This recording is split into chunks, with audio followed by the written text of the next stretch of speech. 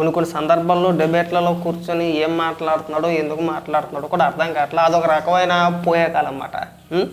నిన్న సాక్షిలో కూర్చొని ఈడితో పాటు ఈశ్వర్తో పాటు ఇంకొక ఇద్దరు మేధావులు, బుర్ర తక్కువ మేధావులు వీళ్ళంతా కలిసి డిబేట్ పెట్టారు. ఆ డిబేట్లో ఈ పనికి వాళ్ళు ఎప్పుడు మాట్లాడినా సబ్జెక్ట్ మాట్లాడి ఏదో సోది తప్పితే వీడు కేఎస్ ప్రసాద్ గారు ఇప్పుడు మాట్లాడినా ఏదో సోదే ఉంటుంది. అందులో ఏదో 4 సామెతలు అంటాడో, లేదంటే ఒక పొద్దుల పుస్తకం తీసుకొస్తాడో, మునిబాబు సర్వే అంటాడు, ఆ సర్వే అంటాడు, ఈ సర్వే అంటాడు. వాడు మాట్లాడే మాటలు లాజిక్ ఉండదు, ఎటకారం తప్పితే. సరే, మేము చాలా సందర్భాల్లో చెప్పేవారు ఎటకారంగా మాట్లాడాలంటే నీకంటే ఎక్కువగా మాట్లాడతావు అని చెప్పేసి. అయితే నేను మాట్లాడే మాటలమాట సాక్షిలో తమ్ముళ్ళు పెట్టారు. మెంటల్ సర్టిఫికెట్ ఉన్నవాడిని ఎమ్మెల్యే చేసాం, అంతా మన కర్మ అని చెప్పేసి అని ఎక్కడ మాట్లాడుతున్నాడు వీడు? తల్లిని సిలిని గంటేసిన సాక్షిలో కూర్చొని మాట్లాడుతున్నాడు. నీకైనా బుర్ర ఉన్న పని చేస్తుందా? సందర్భం కాదుగా, అసందర్భం కాదు ఇది. మనం ఏం మాట్లాడుతున్నాం మనకి తెలియకుండా మాట్లాడితే కనీసం 10 మంది మన ముఖం తుప్పుకుని ఉమ్మేస్తాం. ఇంగిత జ్ఞానం లేదురా నీకు అసలు. కొన్ని జగన్మోహన్ రెడ్డి ఏమైనా నీతివంతుడంటే కాదు.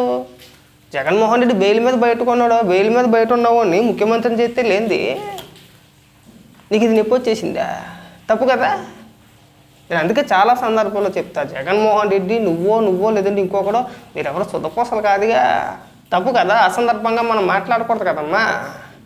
అంటే ఏదో ఒక రకంగా రెచ్చగొట్టాలి, సబ్జెక్టు ఉండదు, పాడు ఉండదు, కావాలని చెప్పేసి అని రెచ్చగొట్టేసి మనం ఏది పెడితే అది మాట్లాడితే చెల్లుబాటు అయిపోతుందిలే అనుకుంటున్నారు. సబ్జెక్ట్ మాట్లాడ తగలడు. కొన్ని దగ్గర ఏమంత సబ్జెక్ట్ ఉందో అని చెప్పేసి ఇంక వ్యక్తిగత వ్యవహారాల జోలికి వెళ్తే మేము కూడా చెప్పగలుగుతాం. ఏం జగన్మోహన్ రెడ్డికి పిచ్చి లేదా? జగన్మోహన్ రెడ్డి మందులు వాడుతున్నాడా లేదా? జగన్మోహన్ రెడ్డి మందులు వాడుతున్నాడు అని చెప్పేసి ఇప్పటికీ కూడా స్టిల్ విపరీతంగా టాక్ ఉంది కాదా. జగన్మోహన్ రెడ్డి బుద్ధి ఎలాంటిదో స్వయంగా చెల్లి షర్మిల చెప్పుద్ది. చెప్పలేదా? అక్కడ దాకా ఎందుకు రాజశేఖర రెడ్డి గారిని, ఇది రాజశేఖర రెడ్డి గారి పైన జగన్మోహన్ రెడ్డికి విపరీతమైన ప్రేమ ఉంది, తండ్రిని గౌరవించేస్తాడు, ఇన్ని ఏదో అప్పబ్బాయి కోరికలు చెప్తున్నారు కదా. రాజశేఖర రెడ్డి గారిని జగన్మోహన్ రెడ్డి కేసులో ఆ ఎఫ్ఐఆర్లో చేర్చింది ఎవరో? జగన్మోహన్ రెడ్డి కదా. ఈ విషయం నేను చెప్తున్నానా? షర్మిల చెప్పలేదా? ప్రసాద్ ఇదిగో నేను చెప్పట్లా, ఛార్జ్ షీట్లో రాజశేఖర రెడ్డి గారి పేరు ఎవరు చేర్చారు? స్వయంగా జగన్మోహన్ రెడ్డి కదా. మరి అలాంటి ఛానల్లో నువ్వు కూర్చొని నువ్వు ఎందుకు వచ్చిన మాటలు మాట్లాడుతున్నావు? ఇవన్నీ కూడా ఇంకైనా బుర్ర బుద్ధి జ్ఞానం ఏమైనా ఉందా? ఇదే షర్మిల అని వాళ్ళ సోషల్ మీడియా చేత అమ్మనాభూతులు తిట్టించాడు, అక్రమ సంబంధాలు అంటగట్టించాడు. ఈ విషయం ఏం చెప్పట్లా, షర్మిల చెప్పింది. ఆఖరికి చివరికి షర్మిల కొడుకు పెళ్ళికి చంద్రబాబు నాయుడు గారి ఇంటికి వెళ్ళి శుభలేఖ ఇస్తే జగన్మోహన్ రెడ్డి ముఖ్యమంత్రిగా ఉంటే ఒక పెద్ద సభ ఎత్తేసి ఆ సభలో ఏమని మాట్లాడాడంటే, ఈ షర్మిల కట్టుకున్న చీరను ఉద్దేశించి పసుపు చీర కట్టుకొని చంద్రబాబు నాయుడు గారిని ఇంప్రెస్ చేయడానికి వాళ్ళ ఇంటికి వెళ్ళిందని మాట్లాడాడు చెల్లిని ఉద్దేశించి. ఆ మాటలు విన్న షర్మిల ఒక ప్రెస్ మీట్ పెట్టి గొల్లుని ఏడ్చింది. పాపం సొంత అన్న నా తోడబుట్టినాడు అడి దిక్కుమాలోడు నేను కట్టుకున్న చీర గురించి మాట్లాడుతున్నాడు. నేను చంద్రబాబు నాయుడు గారిని ఇంప్రెస్ చేయడానికి వెళ్ళినట్ట, నా తండ్రి వయసు చంద్రబాబు నాయుడు గారిది, చంద్రబాబు నాయుడు గారు నేను ఎందుకు ఇంప్రెస్ చేస్తాను అసలు, అది ఏం పోయే కాలం అని చెప్పేసి ప్రెస్ మీట్ పెట్టి ఏడ్చింది. అలాంటి దిక్కుమాలోడు ఛానల్లో కూర్చొని నువ్వు అందరికీ పేర్లు పెట్టేస్తున్నావు. ఇరా నన్ను అడిగితే లోఫర్గాళ్ళు ఎవరన్నా ఉన్నారంటే అందులో మొట్టమొదట జగన్మోహన్ రెడ్డి నువ్వు వస్తారా? తల్లి చెల్లి లేదు, తల్లి చెల్లి చెప్తారు ఎవడెంత గొప్పవాడు అనేదిని. బాలకృష్ణ గారి గురించి మీరు మాట్లాడవసరం లేదు కదా. ఆయన చేసిన సేవా కార్యక్రమంలో జగన్మోహన్ రెడ్డి 1వ వంతు కూడా చేసినాడు, ఇవాళకి కూడా చేశాడా? ప్రతి యాదవకి ఇది ఒక అలవాటు అయిపోయిందండి ఈ మధ్యన.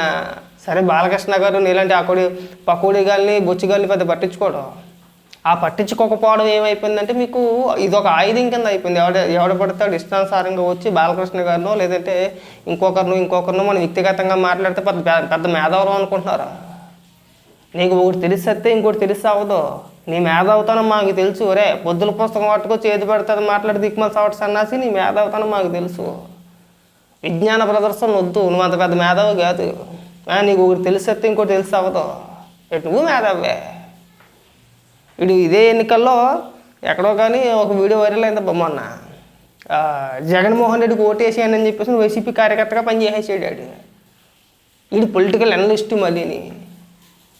ఎంతసేపు సాక్షిలో ఈశ్వర్ గాడికి జగన్మోహన్ రెడ్డికి భజన తప్పితే నీ దగ్గర ఏముందని చెప్పేసి అనలిస్ట్ నువ్వు అసలు దేని మీద? ఆ పకోడీ మాటలు తప్పితే నీ దగ్గర ఏముందని చెప్పేసి అని అడుగుతున్నా. చెప్పు. ఒక దానిపైన ఒక సబ్జెక్ట్ తీసుకొని కూలంకుషంగా ప్రజలందరికీ వివరించే ప్రయత్నించే. ఉదాహరణకి పీపీపీ ఉంది కదా, మీరు పీపీపీ విధానాన్ని తప్పుపడుతున్నారు కదా, దాని గురించి కూలంకుషంగా చెప్పు. దానివల్ల లాభ నష్టాలు ఏంటో వివరించే ప్రయత్నం చేయి. అబ్బాయి వివరించరు. పీపీపీ అంటారు, అక్కడ వెటకారం జోడించేస్తారు. అసలు సబ్జెక్ట్ పక్కకి వెళ్ళిపోయింది. ఇప్పుడు పీపీపీ ప్రైవేట్ పరం చేస్తున్నారు. ప్రైవేట్ పరం ఎందుకు అవుద్ది? ప్రైవేట్ పరం ఎందుకు అవుద్దండి? సింపుల్గా ఒక మొక్క అంతే. పబ్లిక్ ఇప్పుడు పబ్లిక్ అంటే రాష్ట్ర ప్రభుత్వం అలాగే ప్రైవేట్ రంగం కలిసి ఒక ప్రాజెక్ట్ చేపడతారు. దాన్ని పీపీపీ మోడల్. ఉదాహరణకి నేషనల్ హైవేలు కావచ్చు, లేదంటే మెట్రో కావచ్చు. ఇప్పుడు హైదరాబాద్ మెట్రో ఉంది, పీపీపీ మోడల్. శంషాబాద్ ఎయిర్పోర్ట్ పీపీపీనే.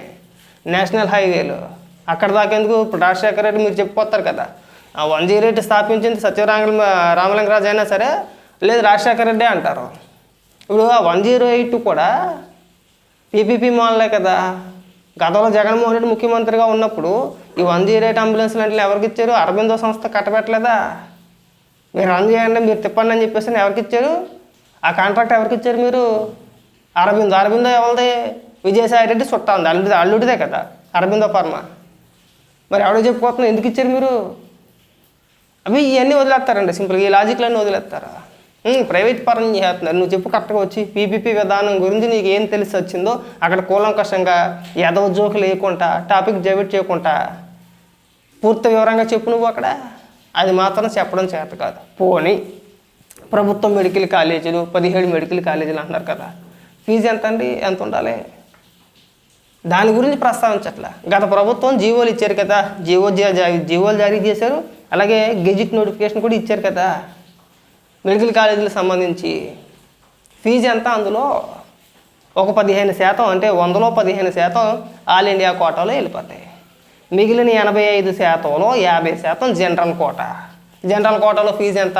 15,000 రూపాయలు. బాగానే ఉంది, ఓకే. అందులో 35% ఏమో మళ్ళీ అంటే మిగిలిన 50%లో 35% సెల్ఫ్ ఫైనాన్సింగ్ అని చెప్పేసి అని పెట్టారు. ఫీజు ఎంత అంటే 12 లక్షలు.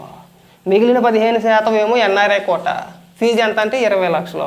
ఏ ప్రభుత్వ మెడికల్ కాలేజీల్లో ఉన్నాయి 20 లక్షలు 12 లక్షల ఫీజులు? ఎవరు చెప్పాను నీకు? తమిళనాడులో కూడా ఉన్నాయి కదా ప్రభుత్వ మెడికల్ కాలేజీలు, తెలంగాణలో కూడా ఉన్నాయి కదా ప్రభుత్వ మెడికల్ కాలేజీలు. మరి అక్కడ ఎందుకు లేవు 12 లక్షల రూపాయలు 20 లక్షల రూపాయల ఫీజులు? అక్కడ ఎందుకు లేవు? పైగా ఇక్కడ ట్విస్ట్ ఏంటంటే మళ్ళీ దీని అంతటికే కలిపి ఒక కార్పొరేషన్ పెట్టారు. ఆంధ్రప్రదేశ్ మెడికల్ కాలేజ్ రీసెర్చ్ అని చెప్పేసి ఒకటి ఒక కార్పొరేషన్ పెట్టారు. ఈ కాలేజీలకు చెల్లించే ఫీజులన్నీ కూడా మళ్ళీ ఆ కార్పొరేషన్ అకౌంట్లో జమ చేస్తారంట. ఆ కార్పొరేషన్ అకౌంట్లో జమ చేసి ఆ వచ్చిన ఆదాయం ఏదైతే ఉందంటే వచ్చిన సొమ్ము ఏదైతే ఉందో దాన్ని చూపించి మళ్ళీ RBI దగ్గర నుంచి అప్పులు తెచ్చుకుంటారు. సేమ్ ప్రాసెస్ చేసాడు. దేంట్లోని రాష్ట్రమే మద్యం అమ్మేసింది కదా, రాష్ట్ర ప్రభుత్వం మద్యం అమ్మేసింది కదా, ప్రభుత్వం మద్యం దుకాణాలు పెట్టి దానికి కూడా బేవరేజ్ కార్పొరేషన్ ఒకటి ఏర్పరిచారు. ఏర్పాటు చేసి దాని మీద వచ్చే ఆదాయాన్ని చూపించలేదా? అందులో వచ్చే ఆదాయం చూపించి అప్పులు తీసుకురాలేదా? దాని గురించి పెద్ద చర్చ జరగలేదా? అలాగే తినేద్దామని మళ్ళీ ప్లాన్ వేశారు. దాని గురించి మాట్లాడట్లా. పీపీపీ విధానాన్ని తప్పుపట్టే ప్రతి ఒక్కరూ కూడా ప్రభుత్వ మెడికల్ కాలేజీల్లో 12 లక్షల రూపాయల ఫీజు ఎందుకు పెట్టారు, 20 లక్షల రూపాయల ఫీజు ఎందుకు పెట్టారు, దానికి సపరేట్గా మళ్ళీ ఒక కార్పొరేషన్ ఎందుకు పెట్టారు, వీటికి కూడా సమాధానం చెప్పి ప్రజలకు వివరించే బాధ్యత మీకు ఉంటాయి. ముందు అది చెప్పాలి. మేము పీపీపీ మోడల్ని సమర్థిస్తున్నామండి. ఎందుకు అంటే దానివల్ల ప్రయోజనాలు ఉన్నాయని చెప్పేసి మేము చెప్పాల్సిన ప్రయోజనాలు మేము చెప్పుకోతున్నాం కదా, దానివల్ల మీరు నష్టం అంటున్నారు కదా. ఇప్పుడు దీనికి సమాధానం చెప్పండి. గత ప్రభుత్వం జారీ చేసిన జీవోల్లో కావచ్చు, గెజిట్ నోటిఫికేషన్లో కావచ్చు క్లియర్గా ఉంది కదా, ఉందా లేదా? మరి 12 లక్షల రూపాయలు 20 లక్షల రూపాయలు ఫీజులు ఎందుకు తీసుకోవాలి? ఒక కార్పొరేషన్ ఎందుకు పెట్టాలి? దానికి సమాధానాలు ఉండవు. ఫస్ట్ దానికి సమాధానాలు చెప్పండి. ఆ తర్వాత మనం అందరి గురించి మాట్లాడచ్చా. బాలకృష్ణ గారి గురించి మాట్లాడేంత తోడివి కాదు. కానీ ఇక తగ్గి నీ దగ్గర ఏమైనా సబ్జెక్ట్ ఉండి తాగలాడితే ఈ గెజిట్ నోటిఫికేషన్ ఏదైతే ఉందో ఈ మెడికల్ కాలేజీలకు సంబంధించి దానికి ఒక వివరణ నీ స్టైల్లో ఇవ్వడానికి ప్రయత్నం చేసి చూస్తాను నేను కూడా.